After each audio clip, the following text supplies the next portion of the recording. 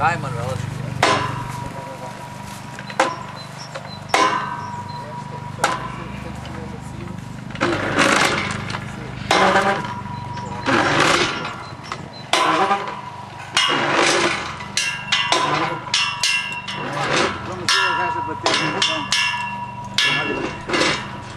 Olha ver ali no pé.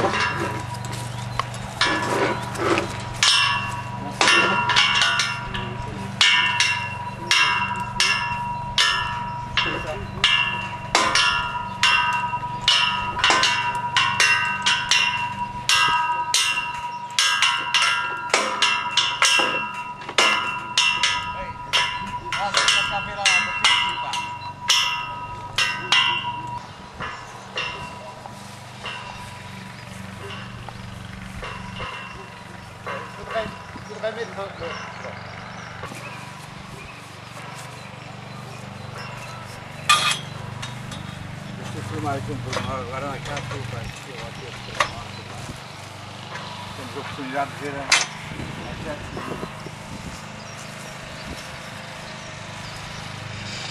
Alors, il y a un de vous qui va tenir le pneu et je vais descendre.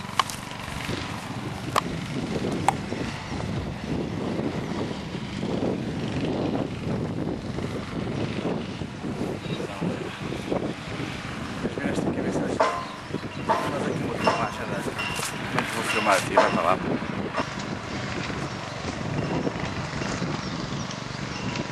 Eu sou um ovelha.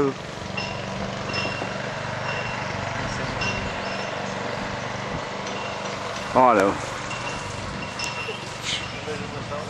Espera aí, espera aí. Este aqui de baixo fica.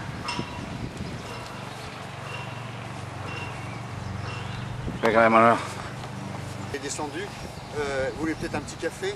Non, on va travailler là-bas. Hein? Bon, bah d'accord. D'accord. Bon.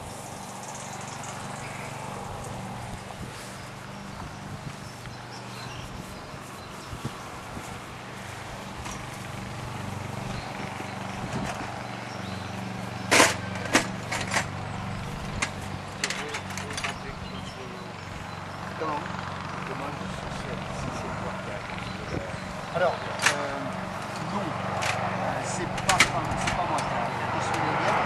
J'ai fabriqué avec les secteurs, c'est pas moi. Tout ce qui est ici, c'est à peu près moi, sauf ça. Eu ajudou a fazer isso, mas eu construiu essa máquina. É uma máquina incrível aí, tá?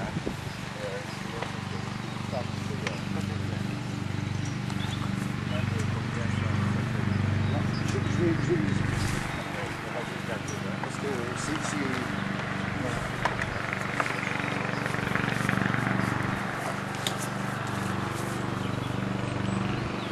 Na verdade, talvez daqui ver o carro para o lado. Alors, je sais pas du tout ce qu'elle a. J'ignore. Ça m'est jamais arrivé, ces genres de panne. On va voir. Vocês estão a perceber, pá? Mais ou menos. Ele está a dizer que nunca lhe aconteceu isso, pá. Ele vai abrir isso, mas ele também não sabe o que é.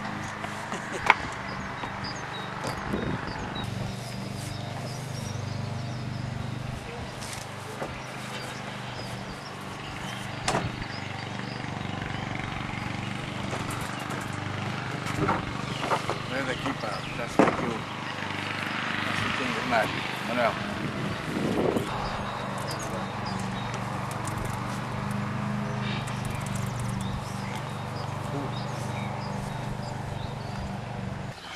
Agora, ele não precisa dos cadotes. Vamos cá ver aqui esta.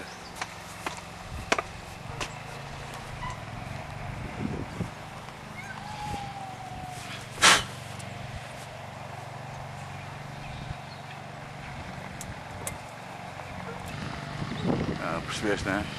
Sim. Ah ouais, il y a un charbon qui était... Donc c'est certainement ça la panne.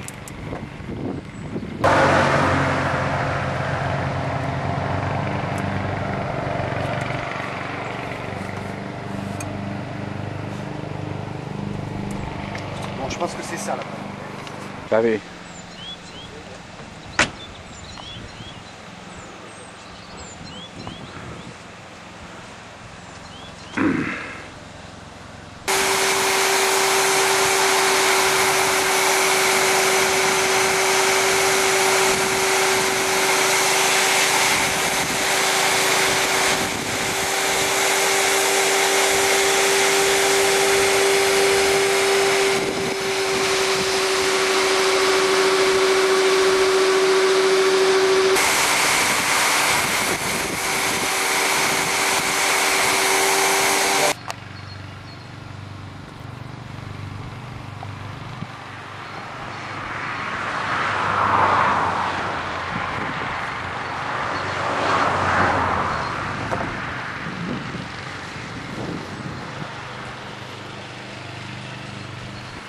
comment ça va la météorologie? Tu penses que ça va pleuvoir aujourd'hui? Je ne pense pas. Il a énormément plu. Et s'il pleut, il ne pleuvra pas beaucoup. Biologique, puisse savoir où est-ce qu'ils peuvent tenir la... Ah oui, oui. Il a eu une formation de journaliste et il s'est passionné pour les voyages dans des régions qui étaient peu fréquentées par l'homme. Et il s'intéresse à l'ethnologie. Donc il a fait une émission qui s'appelle Ushuaia. Ushuaia, c'est une ville perdue du côté de l'Argentine, je crois.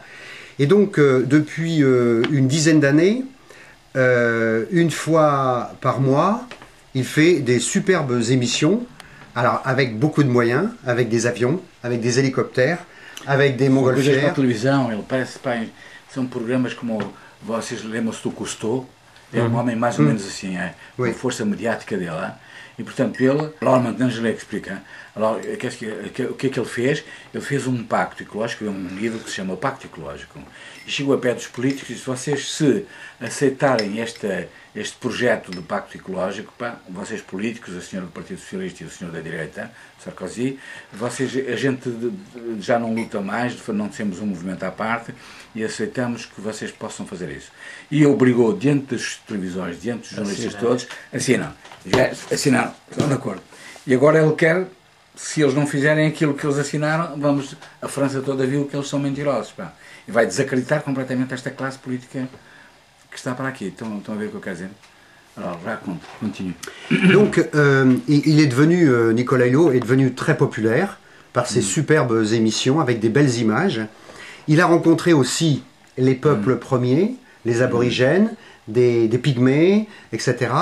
Et puis, il s'est rendu compte que la planète était en train de crever, de mourir, que par exemple les peuples qui vivaient dans le désert n'avaient plus d'eau, que les Indiens étaient chassés de leurs terres, que les singes, les grands singes disparaissaient, que la flore disparaissait, etc. Et petit à petit, il a compris que finalement, il pourrait plus faire d'émissions comme ça un jour, peut-être, si on continue à dégrader la Terre.